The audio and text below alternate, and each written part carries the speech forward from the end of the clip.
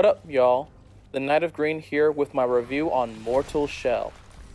Now, I'm not usually the review type of person, as you can see with most of my videos, but I have a lot to say about this game.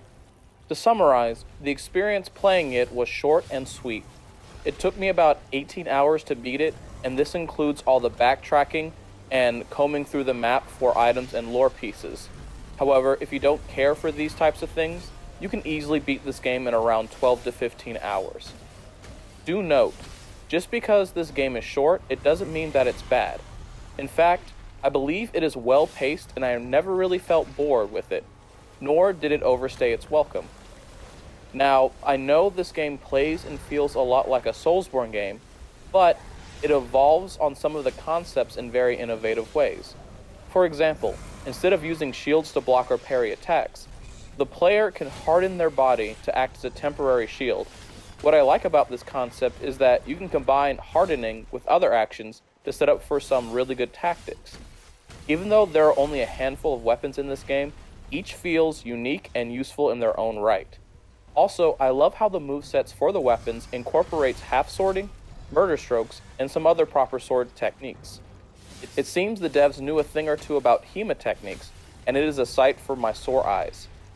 Instead of building characters from scratch by leveling up stats, you have to find the bodies of heroes, called shells, then possess them and fight using them like a puppet.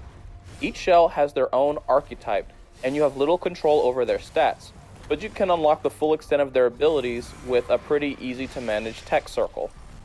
Similar to Sekiro's resurrection abilities, if a shell is defeated in combat, you have a chance to resurrect them by re-inhabiting their body.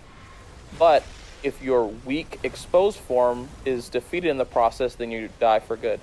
Also, another major mechanic is the concept of finding out what an item does. It is always a treat to find a new consumable and then use it just to see what happens. While some items will poison you or outright slay you, I like the familiarity system in which you can unlock additional effects for items on repeated use. It is especially funny when a normally dangerous or lethal item can become an essential tool after you unlock an especially potent secondary ability. Now, for some things that I dislike, which, to be honest, is going to be a pretty small list, and most of them are going to be nitpicks. I kind of felt that the hardening mechanic, while strong, was a little bit overpowered. A lot of enemies can be cheesed by throwing out attacks while hardening and then roll away after you had hit them, and then you let the hardening skill recharge and then you rinse and repeat. You can also farm or buy healing items by the truckload and then use them to turn a boss encounter into a joke. Because of the intricate layout of the maps, enemies sometimes get stuck behind environmental details or they can occasionally glitch themselves out of bounds. While I like the characters and the weapon skills overall, I wish you could do a little more to customize them and their abilities.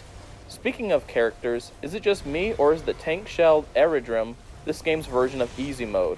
Like, seriously, after extensively playing with all the shells with each weapon combination, I find myself cruising through the areas with minimal difficulty with him, while I would die or struggle a lot extensively when using any other shell. I can't be the only one. Comment down below on which shell you think is the best. I think I'm forgetting something. Am I forgetting something? Oh yeah, the story. Okay. I can't really tell you too much about it as I'm in the process of piecing it together myself. But I can say it's a very cryptic story and it's a lot to think about. So yeah, this is the end of the video. I hope you enjoyed it. I would suggest getting this game if you want something that is a refreshing retake on the Soulsborne formula. Anyway, see y'all later. Bye.